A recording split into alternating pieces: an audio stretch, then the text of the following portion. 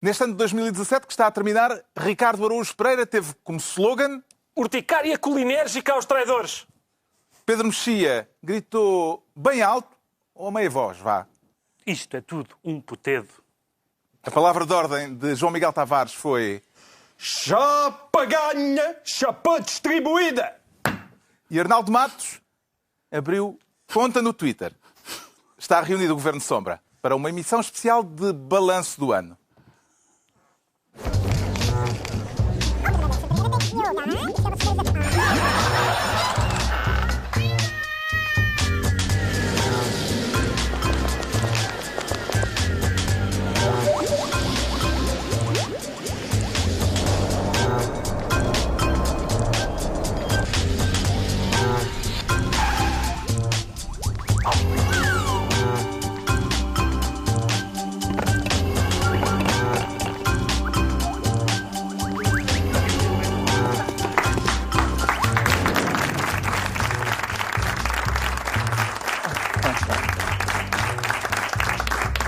Ora viva, sejam bem-vindos nesta que é a última reunião de 2017 do Governo Sombra e a última neste horário, ao sábado à noite, a partir do ano que vem, ou seja, a partir da próxima semana.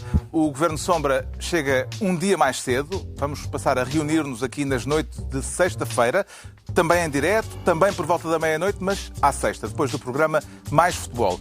Mas para já, e uma vez que este é o último programa do ano e é tempo de balanço, temos por isso uma emissão especial. No ano passado tivemos aqui, por esta altura, o primeiro-ministro António Costa e desta vez também temos um convidado, uma vez que ao longo de 2017 o Governo Sombra foi acusado por vezes aqui e ali de não ter ninguém verdadeiramente de esquerda neste painel.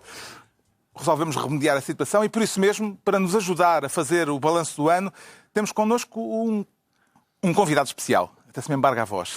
Muito obrigado por ter aceitado o nosso convite, Dr. Arnaldo Matos. Não tem nada que agradecer. E além disso, acho que o Governo Sombra tem feito um papel à esquerda do Governo. Ah, bom? É a primeira declaração tonitruante da noite. E até polémica. É capaz de levantar celeuma. Devo identificá-lo ainda como o grande educador da classe operária? Não, nunca ninguém me identificou assim. Eu vi muitas paredes quando era miúdo com essa designação. Viu isso? Libertem o camarada Arnaldo Matos, lá quando estava na cadeia. Educador da classe operária. Quando estava na cadeia, isso existia. Sim. Mas fui eu que as apaguei. Ah, foi? Mas andou de balde... Fui de Lisboa a Bragança e de Lisboa a Faro a pagar-se de trincha na mão. Essas pinchagens. Mas não gostava da designação? Não tem lógica nenhuma. E os seus camaradas que andaram a pintar as paredes com esses slogans pensavam que assim eu saía mais cedo. Foram severamente punidos como... Pensavam que eu saía mais cedo, mas não saí. Não.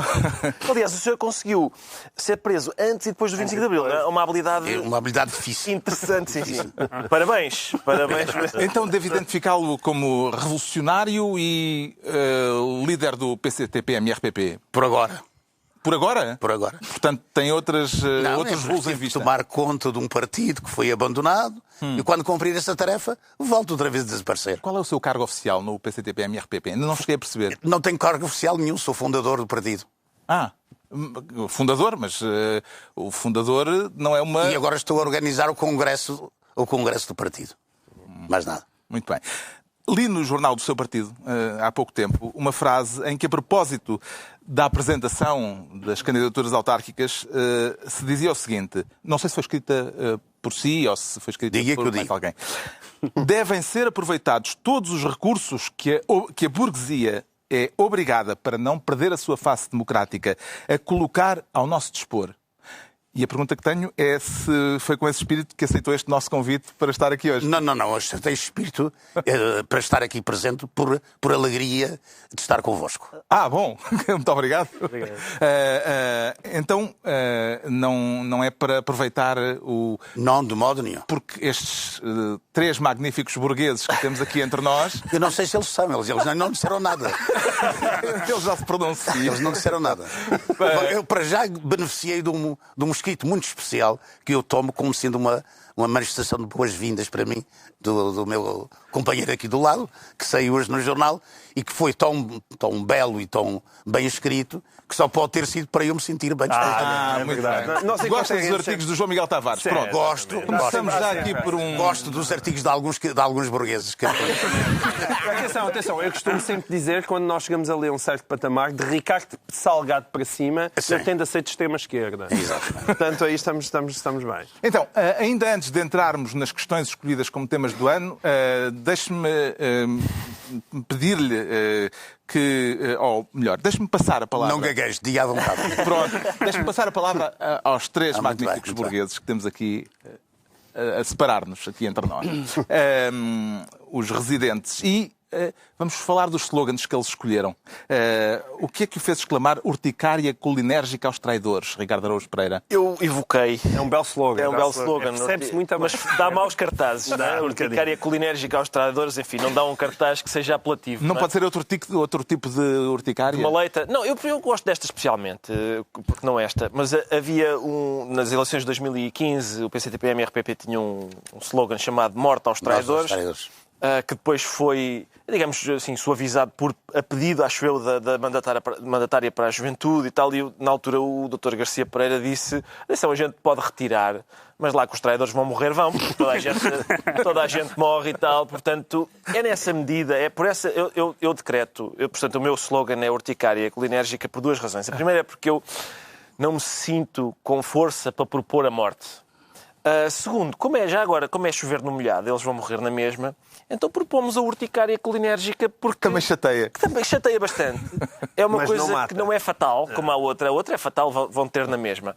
Assim, a urticária é uma coisa que eles poderiam não ter e assim passam a ter e a gente identifica-os bem. É fácil identificar os traidores porque eles estão a coçar-se. Mas, na sua opinião, os traidores devem morrer ou devem ser estimulados a viver? Ora bem, lá está, é essa a questão, não é? A questão é, se eu... dando-lhes uma urticária, eu já ficava, mas já fico satisfeito. Já fico Dá-lhes coceira, não é? É uma coceirazinha e tal, já têm com que se Ele não quer matar ninguém. Parece-lhe um slogan que podia estar num cartaz? Podia perfeitamente. Urticária colinérgica aos traidores? Diz que o país soubesse que tinha sido o Ricardo que tinha escrito. Muito bem. Talvez com o próximo se identifique mais, porque o Pedro Mexia escolheu como slogan para este final de ano: isto é tudo um putedo. Eu escolhi essa frase, citando, faltam-me fazer as aspas, citando, porque quando houve esta... É uma coisa que te fica bem. Quando houve esta solução governativa, toda a gente estava a dizer o que é isto, esta solução governativa é estranha, isto é o quê? Isto é uma fraude, isto é uma união de esquerda, isto é uma frente popular, e o Dr. Arnaldo Matos qualificou de uma forma muito linear, dizendo mas é um putedo. E eu achei a linguagem vigorosa. Há duas coisas que as pessoas, acho que têm uma certa relação com o MRPP, mesmo que não tenham proximidade ideológica, que é com o contributo do MRPP dos Morais, acho que faz parte da arte urbana de Lisboa, de uma certa fase, de Lisboa não só, mas neste caso é a nossa cidade. E com a linguagem vigorosa. E a linguagem vigorosa, porque nós vemos, daqui a bocadinho vamos falar da Revolução de 1917, e nós vemos que os políticos, a começar pelo Lenin, usavam uma linguagem muito vigorosa. E hoje em dia ninguém usa linguagem vigorosa na política. Está tudo capado. Pronto, aí está também uma perspectiva. Exato. E, portanto, quando disse esta frase, eu achei muita graça. Mas está tudo capado, ser putedo ou não, interessa pouco. Não se pode fazer nada. Quer definir o seu conceito de putedo, Dr. Arnaldo Matos? Uma frase que nunca tinha sido... Não lhes costumam perguntar isto na televisão. Não, mas não tem mal absolutamente. A televisão existe para perguntar e para responder. Não, parece-me que o putedo dos políticos são os oportunistas políticos, que dizem uma coisa hoje, outra amanhã, e andam sempre a mudar de opinião. E nunca estão cá quando é preciso estar. E quando há uma crítica, o Primeiro-Ministro está fora. E quando há indivíduos que roubam o dinheiro dos contribuintes, também ninguém viu. Portanto, isto é um putedo. Conhece lá alguma palavra mais vigorosa e vibrante? Já deviam estar todos na cadeia, ainda não estão? Ainda pá, todos. Não se escapa ninguém? Quer dizer, pode-se escapar o seu presidente, vá lá. Muito obrigado. Agradeço. Mas é só por simpatia para com o Pedro Mexia. Simpatia para com ele. É espírito natalício, espírito de fim de ano, não é? Espírito de fim de ano. Temos ainda a palavra de ordem do João Miguel Tavares, que é chapa ganha, chapa distribuída. Será que resultaria no meu slogan, gritado numa manif por uma multidão? João Miguel Tavares? Não, é um péssimo slogan. Mas a verdade é que... É melhor que pagar a dívida, não é? É melhor, sim. Quer dizer, não. Eu já estou a tender a concordar consigo, mas não. Não Estás embalado. Já estou embalado. Esta é a minha simpatia. Não é melhor. Não, mas a questão é que acabaram as manifes, não é? Desde que o partido revisionista social-fascista, só para as pessoas saberem lá em casa, o partido revisionista social-fascista é o nome que chama ao PCP, certo? E não é verdade? Não. Quer dizer, Mas isso é consigo. não, por mim está tudo bem. Os nomes que chamam ao PCP não me chateiam nada. Mas desde que se juntaram à geringonça, acabaram os manifes decentes, não é? Eu tenho alguma saudade das granduladas. E isso, embora, enfim, para mim, uma das vantagens da geringonça tenha sido o facto de tanto o PCP como o Bloco de Esquerda terem entrado no domínio da realpolitik e tenham sido obrigados a fazer compromisso e tal. Mas enfim, isso é a minha opinião. Provavelmente essa, para si, também é mais uma definição de poder, não é? É, claro. Está a haver algum possível aproveitamento para esta palavra de ordem do João Miguel Tavares? Chapa ganha, chapa distribuída? Ela é boa, não é? Você é que acha que não está a ser cumprida? Não. Isso é o que acontece com qualquer trabalhador. Chapa ganha, chapa gasta. Não dá para comer, não dá para nada. Já agora, que slogan é que escolheria para 2018? Para 2018? Sim. Nem é preciso pôr o potente na rua. É preciso pôr o tempo na rua. Pronto, fica Lá esse. está, um profissional. É incrível como este conceito está a marcar o programa. Muito adequadamente. E eu acredito que vai marcar a agenda política mesmo. Vamos então aos temas do ano. São 8, cada um dos 4 escolheu 2 temas e começamos por um dos temas do nosso convidado, evidentemente, uma efeméride. Arnaldo Matos escolheu o centenário da Revolução Russa. Como é que o comemorou Arnaldo Matos? É uma questão de uma enorme importância. Mas comemorou Sim. a Revolução Russa? Eu realizei na sede do partido uma série de tardes para discutir a Revolução de Outubro. Na verdade, o problema resume-se a duas palavras. Começou logo por ser em novembro. Qual é o caráter de classe da Revolução de Outubro? E discutido e resolvido este problema, compreende-se porque é que a Revolução de Outubro não trouxe o comunismo, mas trouxe uma revolução burguesa, como a Revolução Francesa trouxe. O que é que correu mal na experiência soviética? Correu mal porque não era possível, nos termos do marxismo, realizar uma revolução conduzida pelo proletariado numa sociedade que não era capitalista, em que 80% vivia ainda num regime pré-feudal. Portanto, anteciparam-se à história. Saltaram as Exatamente. etapas que o Marx tinha previsto. O Marx tinha previsto. Portanto, nada novo. Enganaram-se acerca do caráter de classe daquela revolução. E por isso que não temos uma revolução socialista no leste europeu, mas temos uma revolução burguesa de um capitalismo diferente, um capitalismo monopolista de Estado, e todos os trabalhadores continuaram a ser explorados como eram até ali. E na China a mesma coisa e assim sucessivamente. Mas, doutor, isso quer dizer que a coisa verdadeiramente comunista a fazer pelo Lenin era instaurar o capitalismo primeiro, para depois então o derrubar e... Não, mas nem ele disse isso. Eu sei, pois... No entanto, senti necessidade de voltar atrás quando defini os princípios da chamada política, a nova política económica, que era uma forma de dar... sobretudo ao campo, uma possibilidade de se desenvolver economicamente antes de passar à fase da Revolução Socialista. O Ricardo Araújo Pereira comemorou a Revolução Russa? É por isso que é muito importante essa discussão dos 100 anos. Ninguém quis celebrar os 100 anos da Revolução. Ninguém quis discutir esses assuntos.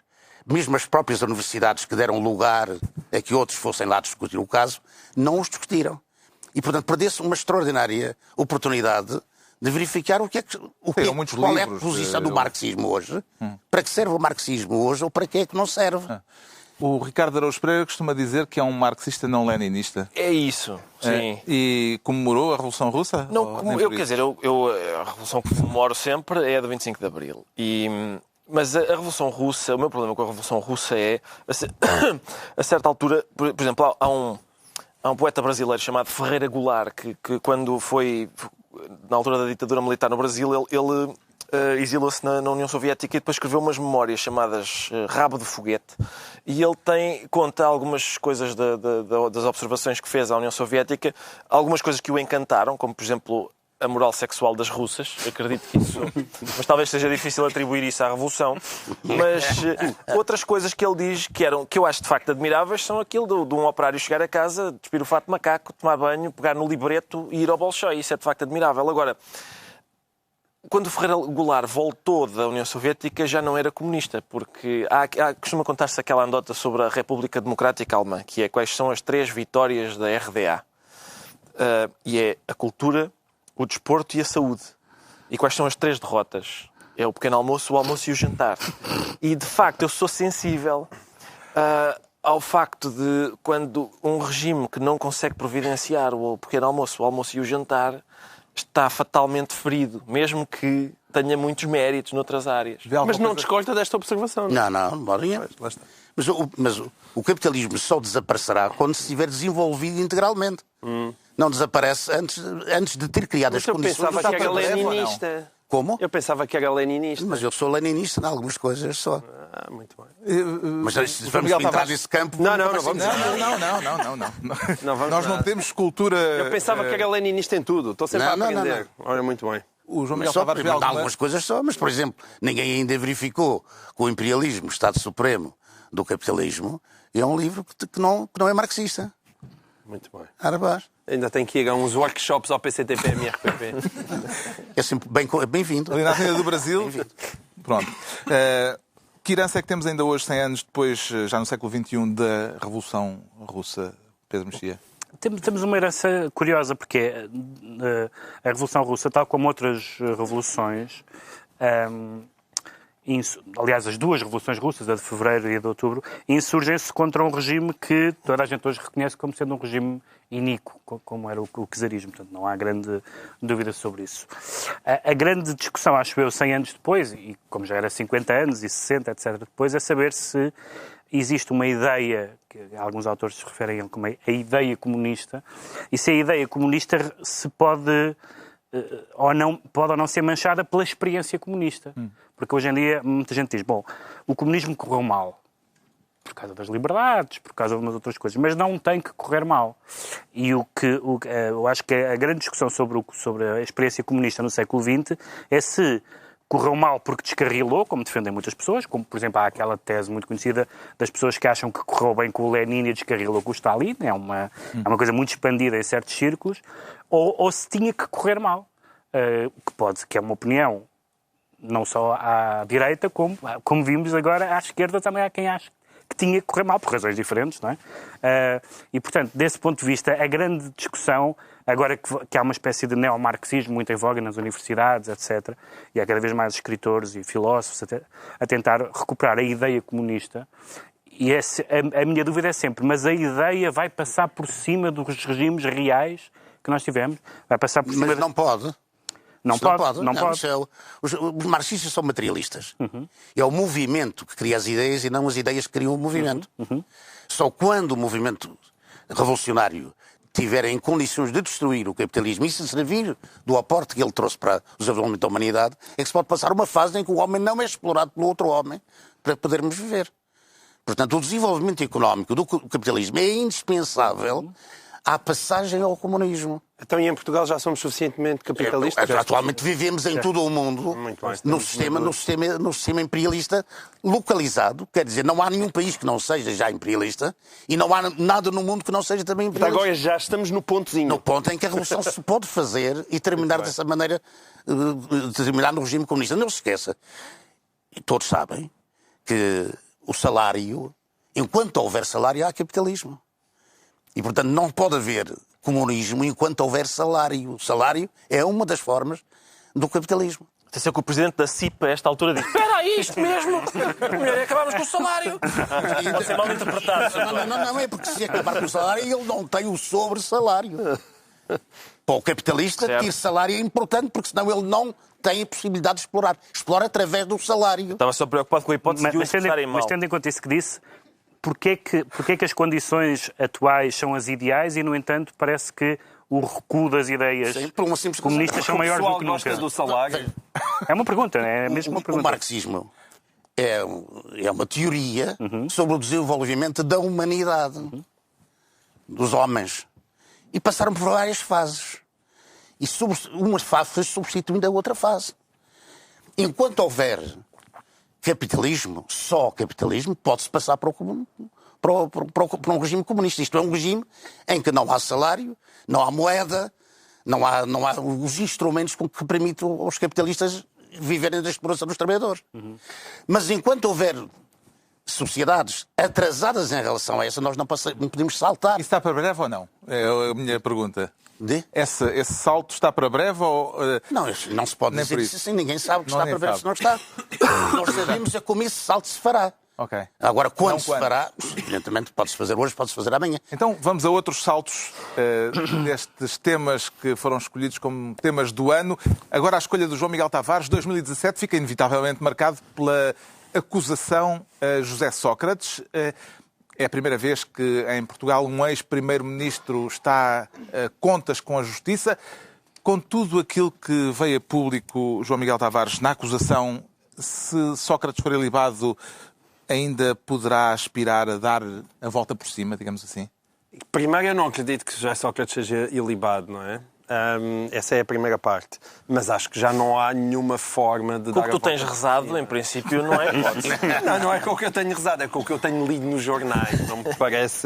Não me parece que haja qualquer tipo de hipótese. Mas há uma coisa que faz falta. Atenção, eu aqui vou parecer um bocadinho o Dr. Arnaldo Matos, que é preciso julgar o regime. Não chega a julgar José Sócrates. Porque existe o regime que permitiu José Sócrates, não é? E esse regime tende a esconder-se com grande facilidade debaixo das pedras, que é para nós não darmos por ele. E é por isso que é tão importante... Estás com o dedinho do ar? Estou, é para concluir. Mas para concluir. E é por isso que é tão... Peço desculpa, Soutor. E é por isso que é tão importante continuar a falar de Sócrates, a refletir sobre ele e saber como é que ele foi possível, porque ele não nasceu debaixo de uma pedra de geração espontânea. O que eu ia perguntar é se é neste ponto que João Miguel Tavares e Arnaldo Matos voltam a encontrar-se. Não, em José Sócrates acho que concordamos. Sim. A minha discordância quanto ao Sócrates é que não se deve fazer a nenhum cidadão português aquilo que o Ministério Público fez a Sócrates. Oh, bolas, então isso já é o advogado a falar. Não. Aí já discordamos. Discordamos. Quando chegar à altura do julgamento, deve ser julgado. E eu penso que ele deve ser condenado porque não tenho dúvidas sobre as exações que ele cometeu enquanto Primeiro-Ministro. Aquilo que foi lendo sobre a acusação que veio a público... Foi a primeira pessoa a defender publicamente, a acusar o Ministério Público e os tribunais da maneira como estavam a tratar o Sócrates. Sócrates merecia ser tratado como um cidadão qualquer. E não foi? E não foi. Foi preso quando não precisava de ser preso. Foi metido na cadeia domiciliariamente primeiro, depois em Évora, quando não precisava dessa prisão. E depois não ia fugir. Toda a gente sabia que não fugia. Está aí, não fugiu. Portanto, não se pode perseguir as pessoas antes do julgamento. A destruição de provas, não é? Os homens encontraram, no dia seguinte encontraram... prova é que ele destruiu? Supostamente encontraram os computadores na casa da vizinha mas e outras supostamente coisas. Porquê é que não foram lá prender primeiro os computadores antes de prender os Sócrates? Não, eu acho que eles quando foram... Porquê é que não foram lá buscar os computadores? Não sei, porque o computador saiu antes de... O que existe aqui é uma luta de classe também dentro do poder. Dentro do poder. Os juízes, os magistrados do Ministério Público, etc., perseguem as pessoas como se não houvesse leis neste país. Mas tem que haver leis. As pessoas que passaram pela cadeia sabem que tem que haver leis. Se não houver leis de se poder ir para a cadeia por todo e qualquer motivo, as pessoas não estão bem nesse país. E à parte das questões processuais, com tudo aquilo que já leu sobre a acusação, que análise é que faz com o seu conhecimento jurídico? Mas não posso fazer análise nenhuma, sou advogado e estarei capaz de ir a tribunal defender qualquer pessoa naquelas condições. O que não se pode fazer é o que se fez ao Sócrates. Agora, se o Sócrates meteu a mão na massa ou não meteu, eu estou convencido que meteu. Vai-se ver o que é que vai ser provado, eu não sei o que é que se vai provar. Eu estava a perguntar, nenhum de nós sabe. A partir daquilo que conhece da acusação.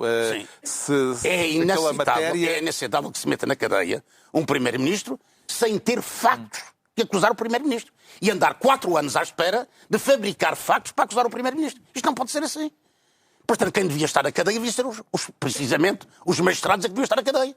Isso não há mesmo plataforma de entendimento. Não há qualquer forma. Fabricar factos durante 4 anos. Então o que é que eles andaram a fazer? Fabricar factos. Então o que é que eles fizeram? Mas eles não existem. Como é que se sabe que existem? Não estou-lhe a perguntar. Se nós pegamos num indivíduo e metemos na cadeia e depois mandamos a polícia procurar coisas aqui e acolá e dizemos nos jornais que saíram e ele não se pode defender, Isso não são factos. Não se pode defender. Como é que se pode defender? O Dr. Arnaldo Matos pode dizer que tem dificuldade de vir à TVI, mas o José Sócrates não tem. Ele pode estar a dar entrevistas todos os dias, desde de manhã até à noite. Já ninguém liga. Quem tem dificuldade de vir à TVI sou eu. É isso que eu estou a dizer. O Sócrates vem cá quando quiser. Foi o que eu lhe acabei de dizer. Exatamente, não tinha o José Sócrates pode vir cá de manhã à noite. Portanto, ele tem mais do que tempo e espaço para se justificar. Mas não quer, porque não tem justificação.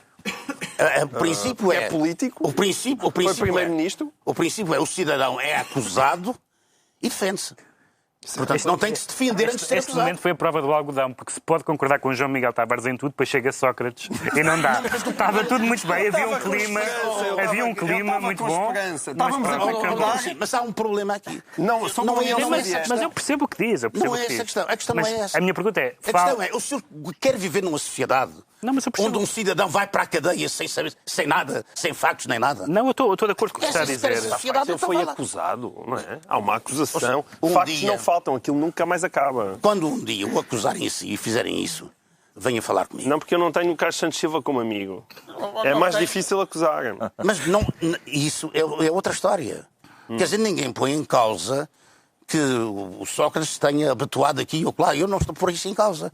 E o dia que o processo para chegar a essa prova não pode ser o processo que se foi seguir em Portugal.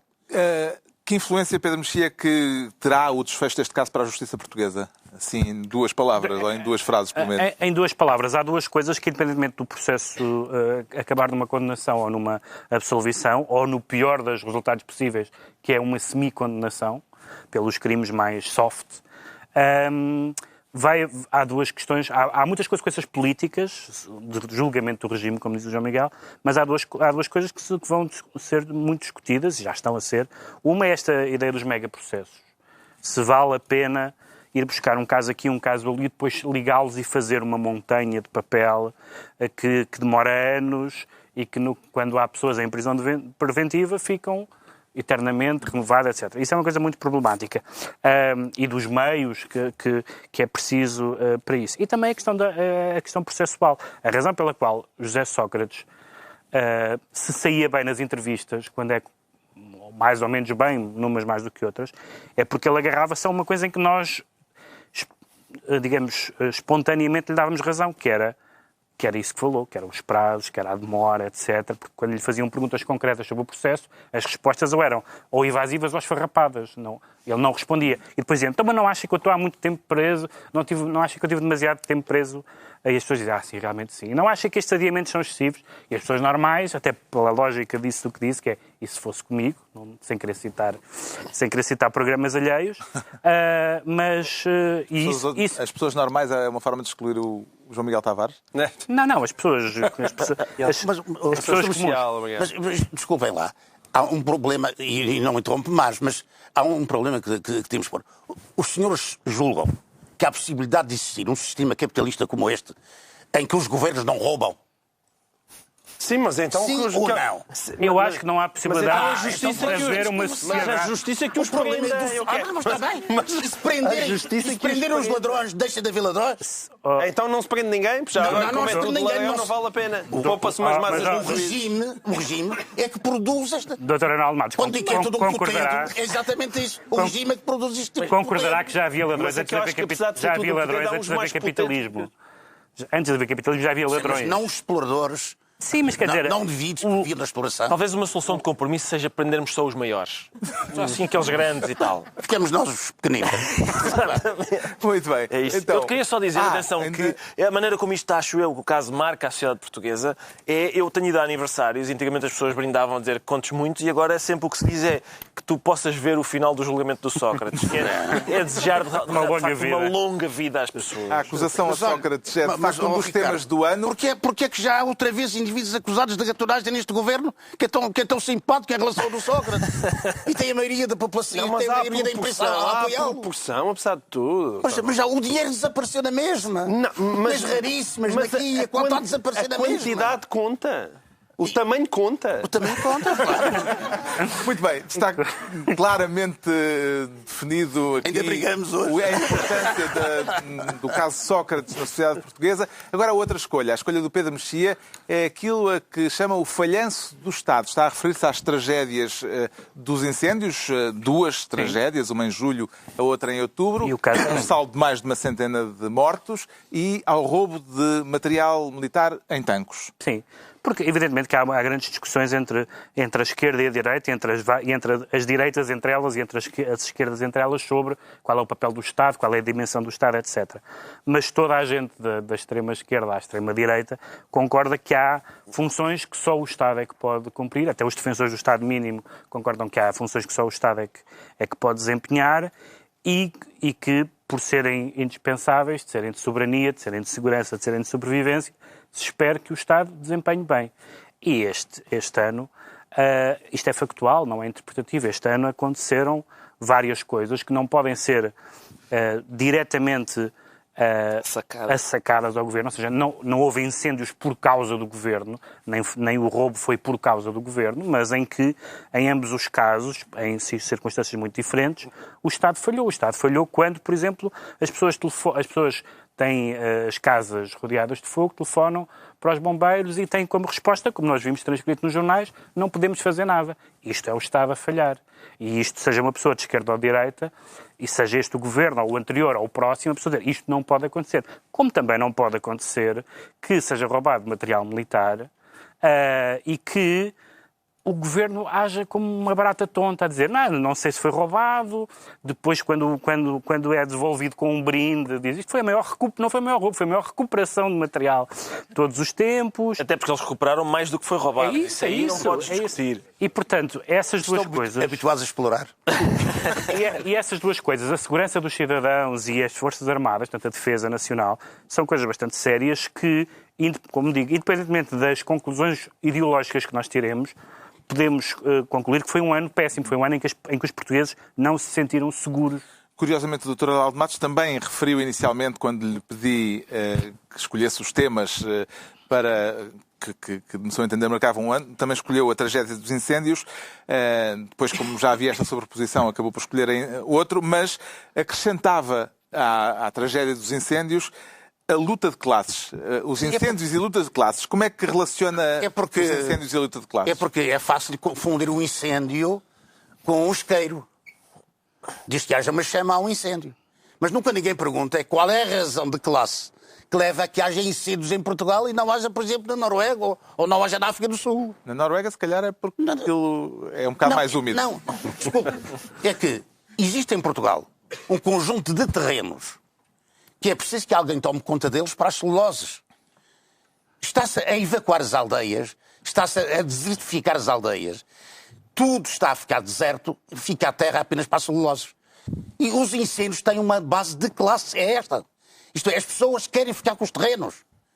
Há uma burguesia capitalista que quer ficar com aqueles terrenos. E, portanto, incendeia todos os anos, com aviões, com malucos úteis.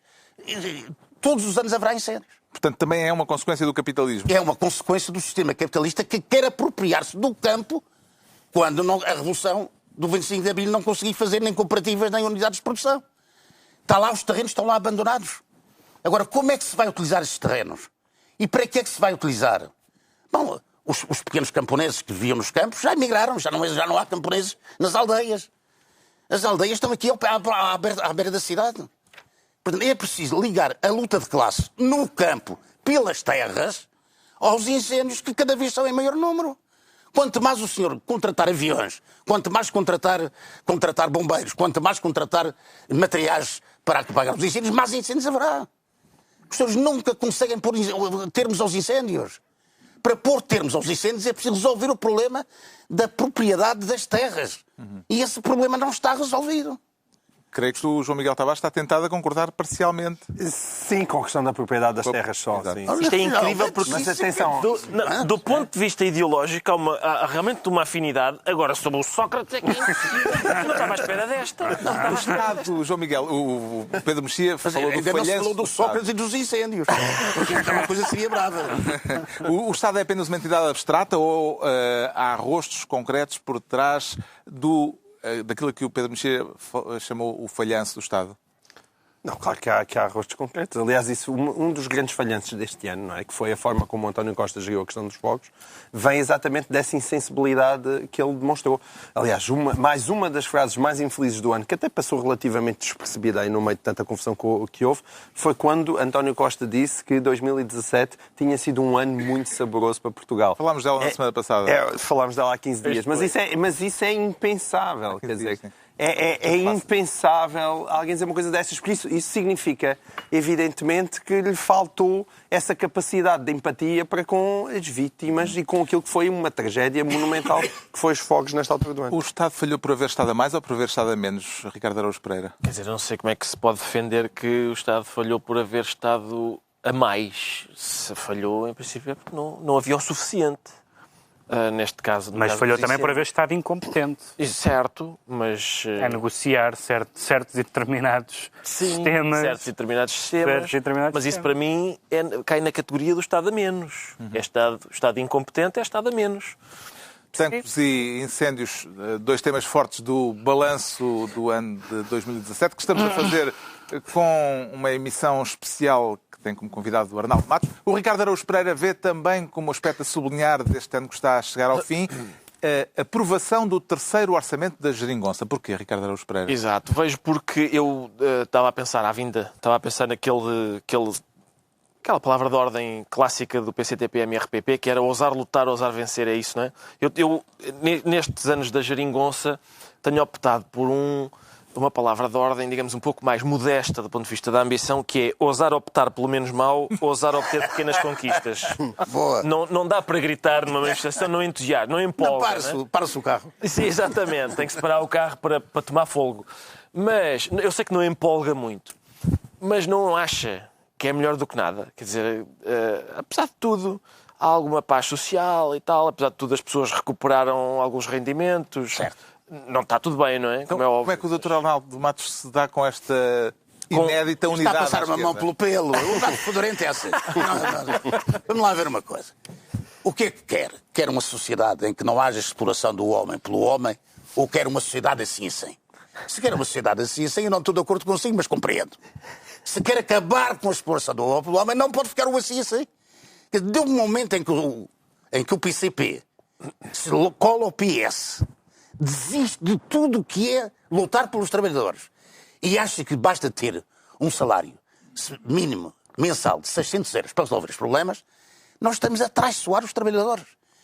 Eles estão a traiçoar os trabalhadores. Não se pode ir por esse caminho. Porque, se quiser, você vai ver uma coisa daqui por uns dias. Previsão. Daqui por uns dias, o PCP chegou ao fim do acordo com o PS e vai-se discutir os 600 euros mensais do salário mínimo nacional. E o patronato vai dizer-lhe assim, 600, e é já. Diz que o senhor trabalha ao sábado. Pronto, e fica resolvido o problema. Portanto, não é nenhum problema. Eles estão a vender os interesses dos operários por estas pequenas bacatelas. Bom, naturalmente nunca mais teríamos revolução, nunca mais teríamos salário mínimo para o PCTP-MRPP, não há salário, portanto, nem mínimo, nem máximo, nem coisa nenhuma. Não é agora, essa não é a nossa reivindicação. Estamos a lutar em Palmela contra os indivíduos que estão a querer impor um acordo à força aos trabalhadores e não devem impor. Certo. Portanto, nós ainda vamos chegar aí, não é? Eu vejo, acho que vamos falar disso. Vejo um grande empenho, um grande vigor nas suas palavras, nomeadamente... Mas não vou ofender ninguém. Não, mas em relação ao PC e ao Bloco de Esquerda. Por exemplo, no mês passado... Os traidores é o pior que uma classe pode ter. Ora, é aqueles para quem quer... É melhor ter um homem como o Ricardo a ter um traidor. Ele, pelo menos, ainda não puxou a bandeira da traição. Sabe, deixa-me só... Ele pode-se falar, agora com os outros é que não. No mês passado, na altura da aprovação do orçamento, o Dr. Arnaldo Matos escreveu no Twitter, porque Arnaldo Matos agora está no Twitter. Está. Portanto... E é um bocadinho melhor que o Trump.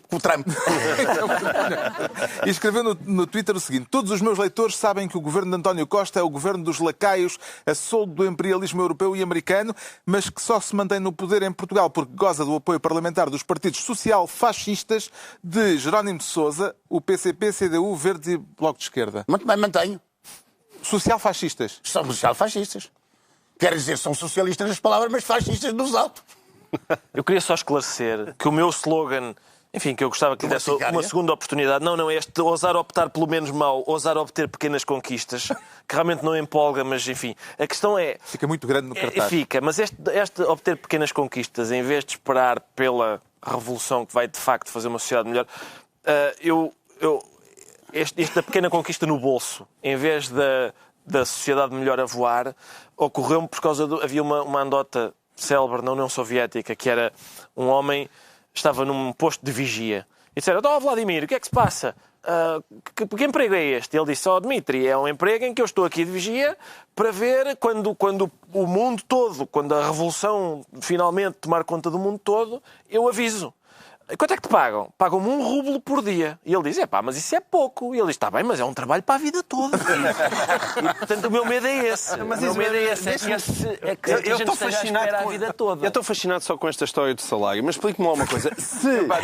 Não, pera lá, que eu quero mesmo saber isto. E depois não volto a ter a oportunidade para perguntar. Se o salário mínimo nacional passasse de 600 para 800 euros, o PCP-MRPP apoiava essa medida ou não? Contra. Porque é mais salário. Porque é mais salário. Não é por ser mais salário. É porque é salário. É porque a nossa reivindicação é uma reivindicação que une toda a classe operária. E essa é a semana das 35 horas. É uma reivindicação estratégica para a classe operária, como era a jornada das 8 horas de trabalho, ou a semana das 40 horas. Esta, sim, une toda a classe. Certo. Enquanto que os 600 euros... Mesmo fossem 8.000 euros, não interessava? Não, calma aí, são coisas diferentes. 8.000 euros o patrão não podia dar. Então já podia ser. Não podia ser porque não é possível. Quer dizer, é um salário impossível. Okay. Portanto, não é um salário economicamente possível. Portanto, nós podemos pedir um aumento de salários. Todos os operários fazem isso. Certo. Mas o patrão tem logo uma maneira no dia seguinte de recuperar aquele pequeno aumento de salários. Seja mandando entrar mais cedo, seja... Não, eu percebo isso. Mas enquanto a revolução não chega, tem que se fazer um bocadinho ali como o Ricardo estava a dizer. Sim, não é? Vai-se fazendo pequenas conquistas. Mas olha... Não há esse compromisso sequer? Não, porque se lutar pelas 35 horas, tem 2 dias de descanso, certo, que pode utilizar para o desenvolvimento cultural do operário, certo, para o desenvolvimento da família do operário, para a amizade entre os pais e os filhos dos operários, okay, para a falta de divórcios entre os operários, para tudo. Pode usar para tudo. Enquanto que se houver mais tempo juntos, se calhar não vai divórcio. Mais tempo juntos, não. Em minha casa, quanto mais tempo juntos, pior é para... Mas isto resulta que o seu humor é insuportável. Deixa-me só fazer uma pergunta por causa disso que disse agora. Eu sempre me lembro de ouvir falar de si, desde pequenino, desde que comecei a ligar à política. Desde pequenino, muito obrigado. Não, é verdade. Nós somos todos da década de 70. Menos um que sempre ouvi falar de si com alguma simpatia por parte de pessoas de direita, dizendo: ele sempre chateava o PC. Sente-se incomodado para ver pessoas de direita que simpatizaram com a sua militância anti-partido Não, de modo nenhum, porque eles simpatizam comigo nesses ataques ideológicos e teóricos ao PCP, na pressuposição de que aquilo que eu defendo não vem imediatamente. Sim. Porque se tivessem a pressuposição que vinha imediatamente... Fugiu a certo tempo. Nem o tínhamos convidado. Mas não o tínhamos convidado para vir aqui. Aliás, ele era capaz de convidar. Convidava-me para vir aqui, mas não havia programa de qualquer maneira. Ele só convidava para vir aqui se nos quisesse. Não é por acaso que ele se chama Carlos Marques. Ora, muito bem, então, passamos ao próximo tema, que é uma escolha do nosso convidado, uma vez mais, convidado para esta emissão especial, Arnaldo Matos. Mas só eu que escolhi. Não. Escolheu o conflito laboral na Auto Europa. Em que medida é que esta situação marca 2017? Porque a Auto Europa é a fábrica bonitinha do país perdido. Portanto, é um imperialista alemão que tive aqui auxílios que ninguém mais teve, ao domínio financeiro, Não é fiscal. só imperialista alemão, está a suavizar muito a sua linguagem, porque eu li um comunicado esta semana, ou há 2 semanas, que dizia os nazis imperialistas alemães da Alta Europa, o imperialismo nazi alemão está em Palmela. Está. O imperialismo nazi alemão. Mas aqui tudo, não venha para cá. Deixa eu cair o nazi. Por Não simpatia deixa para cair o nazi. bom. Não deixa cair o nazi. Os nazis é uma forma... Podia chamá-lo Bosch. Mas, enfim, era pior ainda. Eles diziam que era racista. Não, há certas coisas que não se pode falar. Por exemplo, os Bosch estão em Palmela, o senhor não acredita. Mas estão. Os Bosch estão em Palmela. Mas isto não era linguagem metafórica. Não é metafórica. Não é metafórica. Não. Eles querem aplicar à força aos operários com os quais não estabeleceram um acordo, querem aplicar uma jornada de trabalho e querem passar a obrigar o trabalhador português a trabalhar, em vez dos 15 turnos que tem por semana, 6 dias a 3 turnos por dia, 5 dias a 3 turnos por dia, dá 15 turnos, querem pô-lo a trabalhar 17 turnos pelo mesmo preço. É isso que aqui está. Portanto, eles querem pô-lo a trabalhar ao sábado e dizem, se o senhor não concorda, eu aplico. Davam mais qualquer coisinha num dos acordos, não é? Sim, mas dá menos 2 horas de trabalho. Em vez de 40, fica 38. Mas é preciso calcular 6 semanas, não é um mês. 6 semanas. Porque eles sabem, têm matemáticos e sabem fazer toda a espécie de truques para aldrabar os operários. O operário em Palmela está, neste momento, com uma semana de trabalho que ultrapassa o que negociou com o patrão. E o patrão diz que vai impô-lo à força. Se isto não é nazismo, o que é? Não o preocupa a possibilidade da Volkswagen, de um momento para o outro, se ir embora e ficarem 5.000 operários sem emprego? Desculpa. Sim, senhor, não me preocupa. E agora eu dou-lhe a resposta rápida. Eles querem fazer 240.000 automóveis T-Roc, uma porcaria para andar na cidade. Certo. 240.000 automóveis. E querem fazer com o mesmo número de trabalhadores que têm em mais 2 turnos. Isto significa que o carro vai ficar mais barato para poder ser vendido na Europa, mas vai ficar mais barato à custa da pele e do sangue do trabalhador português. Também e quando o trabalhador português, numa greve, primeira greve da fábrica, diz não aceitamos, e ele diz nós impomos à força. Isto não é nazismo? Que é? Mas se não houver acordo ou se os Volkswagen se forem embora, há 5.500 operários que ficam sem trabalho. Ficam? E onde é que eles vão fazer os carros? Isso é capaz de não ser quanto difícil. é que vão fazer os carros? Isto é, vão fazer os carros, o T-Roc, por quanto? E por quanto é que vão vender cada um? Porque o inimigo dos operários raciocina de uma maneira diferente. Isto é, não é estúpido. Não é por ser estúpido que a burguesia vai ser derrubada. É precisamente por ser inteligente que ela vai ser derrubada. O que eles querem é vender aquele carro na Europa. Para vender na Europa, o lugar mais barato é em Portugal. Já é o lugar mais barato. E agora, até já puseram sinos a fazer um investimento de 150 milhões de euros para poder transportar rapidamente o carro para a Europa. Portanto, já nem sequer vai de comboio, já vai de barco. Portanto, isto tem que ser... O operário português tem que se levantar contra isto. Isto é, o Bosch não manda cá. Que tal a verve deste comunicado? Este comunicado diz assim... O comunicado foi escrito por mim, está assinado por mim, não tenho medo de assinar o que digo. Os nazis imperialistas alemães da Alta Europa e espero que eles me venham procurar. Pretendem fabricar um automóvel T-Roc com a pele, a carne e o sangue dos trabalhadores portugueses. Exatamente. Pelo menos esta parte é metafórica, não é de certeza. Não é metafórica, é real. Com a pele e com o sangue e com a carne? Evidentemente, quando se diz um bocadinho metafórico. Não funcionava, não é? Não vou substituir o ferro pela pele. Certo. A verve...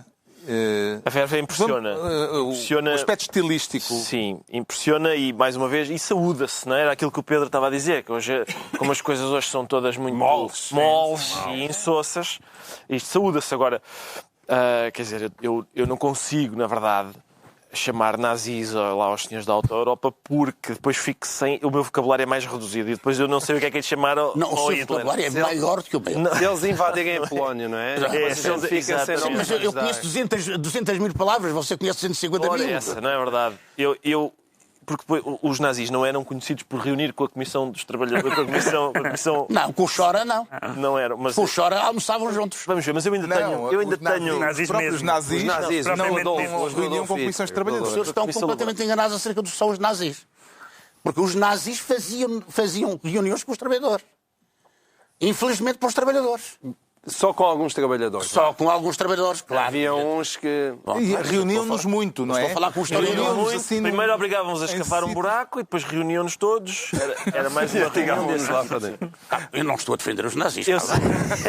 Eu estou a dizer que em Palmela há nazis à solta. Olha, eu vou lá distribuir o comunicado. Eu vou lá distribuir o comunicado. Não mando os outros. Vou lá distribuir o comunicado. Mais um tema, e o tempo aperta. Agora, tema do Ricardo Araújo Pereira. Os testes nucleares da Coreia do Norte. Parece-lhe que o facto de termos chegado ao fim de 2017 já é só por si motivo de celebração, Sim, eu sem dúvida nenhuma. O facto de termos chegado ao fim de 2017, espero não estarmos a cantar antes do tempo. Sim, ainda faltam uns minutos. Mas sim, até agora está a correr tudo bem. O regime da Coreia do Norte parece-me, eu não sei qual é a sua opinião, Dr. Arnaldo. É ao contrário. É contrário à minha. Como é que sabe qual é a minha? É que para mim... É porque a sua vai dizer... Eu acho que é grotesco. Um indivíduo meio maluco que tem uma bomba na mão é um perigo. E eu digo-lhe, eu acho que o próprio regime... Todos os países devem ter uma bomba na mão enquanto os americanos tiverem bombas na mão.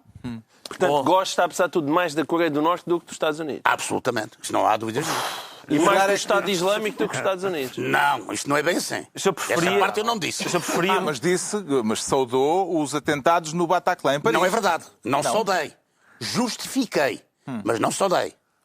Eu estou no Bataclan, esteve lá com a filha minha, a primeira coisa que pensei é que podia ter morrido lá com a minha filha. Portanto, não saudei. Eu esteve no Bataclan? Depois ou antes? Antes, claro.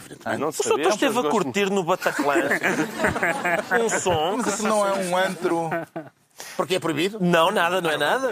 Não sabe? Não, é porque nós temos uma ideia de alguém do PCTP-MRPP, não o conseguimos imaginar a dançar numa discoteca. Porquê? Mas é preconceito nosso, certamente. Bom, com certeza. Mas sem sapatos ou com sapatos? Não, é porque achamos que a música é uma coisa capitalista e depois... Mas a música é uma coisa capitalista, mas que raio tem que pagar alguma coisa à entrada. Precisou de dinheiro. Havia moeda ali. Havia moeda capitalista. Então acha que a música é capitalista? Pagou ou não pagou alguma coisa no Bataclan? Não diga que entrou à borla. Não. Há dinheiro, há capitalismo. Absolutamente. Logo não estava à espera de Não, espera aí, mas não é... Mas fico contente. Eu não digo que as pessoas que vão ao Bataclan são capitalistas ou não são. Okay. Eu vou onde eu quero e entendo. Certo. Bom, ninguém me pode impedir. Claro. Uma das coisas que eu fiquei bastante marcado é porque eu tenho a mania de vez em quando de ir almoçar e jantar ao Gambrinhos. Quem-me a bocar e me a Trindade em cima. Mas eu não vou, deixe lá ir. O que é que isso tem que ver uma coisa com a outra? Você não gosta de vinho? Eu gosto imenso, mas Então, não acho... Não gosta de nada. Doutor Arnaldo Matos. Não, desculpa, ele aqui tem que intervir. Doutor Arnaldo Matos, por amor de Deus, ouvindo as declarações de João Miguel Tavares, é óbvio que a gente percebe que ele gosta muito de vinho e consome-o bastante antes de chegar aqui ao programa. É óbvio para todos, não é?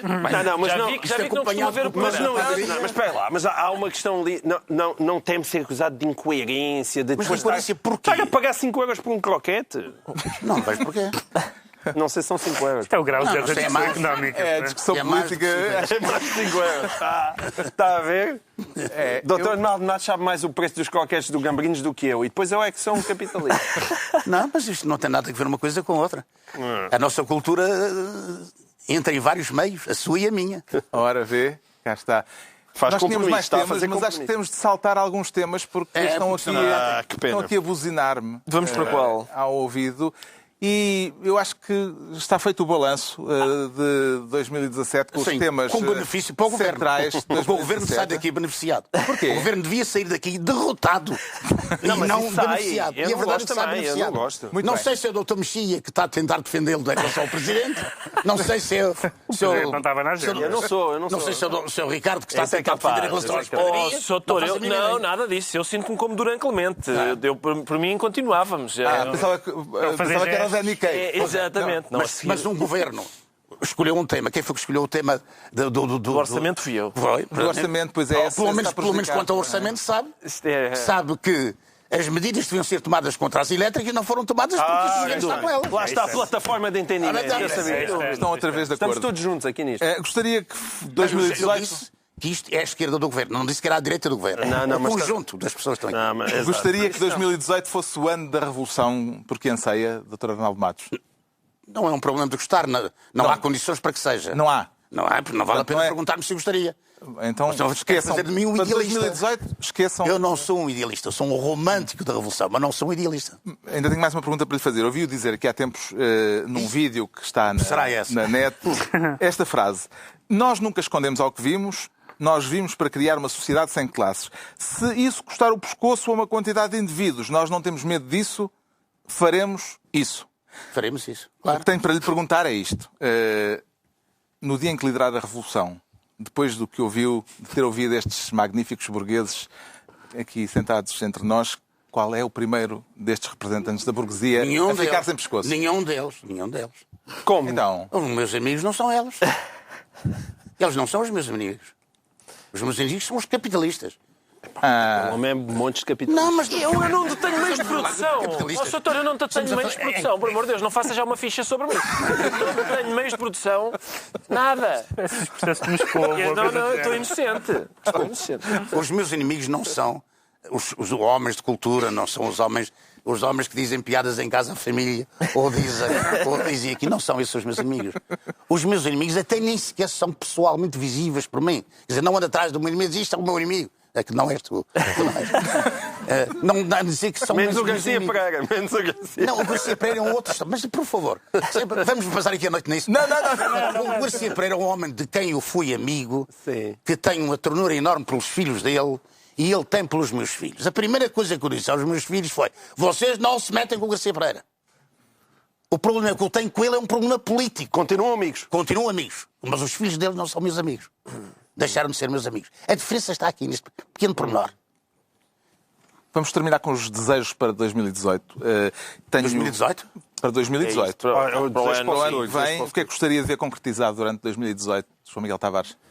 Eu gostava Sem grandes elaborações, porque já não temos tempo. Não, eu gostava que não se chamasse cheesecake de morango ou óleo de figa de bacalhau. Olha, isto é uma reivindicação que eu não estava à espera. Não estavam, não é? Mas isso acontece? Sim, porque eu acho que andámos todos a chamar, e se calhar temos aqui mais uma plataforma de entendimento, andámos a se chamar a cheesecake de morango ou óleo de figa de bacalhau, porque isto é tudo tem a ver com a página da austeridade. E a página da austeridade, verdadeiramente, nunca foi mudada, mas nós estamos num clima diferente. E esse clima foi construído, com o mérito de António Costa, mas muito à base de uma espécie de aldrabice retórica das quais os portugueses se enamoraram. E isso é uma coisa que me custa. O meu outro desejo diz respeito só, muito rapidamente, ao PSD, é que, da mesma maneira que os outros dizer alguma coisa de esquerda, dizer alguma coisa de esquerda, eu gostava que Rui Rio ou Santana Lopes dissessem alguma coisa de direita liberal, coisa que eu não os vejo todo ver. Pedro Mexia, desejo para 2018? É um desejo que não vai acontecer, como acontece aos desejos. Como acontece aos desejos, que é que as pessoas do Sócrates ou Trump, não os próprios, mas os fãs, abdicassem um bocadinho do tribalismo, porque nós estamos a ver que as pessoas que defendem certas posições políticas defendem-nas contra as evidências. O caso do Trump é muito... O Trump na campanha disse que podia descer a Quinta Avenida e dar um tiro a alguém que não lhe acontecia nada. Porque as pessoas estão de tal forma fanatizadas que quando defendem alguém da sua cor política ou da sua simpatia, e vemos isso nos debates políticos e na internet, etc., as pessoas defendem contra qualquer... Não há nenhum facto que as consiga abalar. E isso é muito preocupante para o espaço público. Mas não vai melhorar. Não vai melhorar em 2018.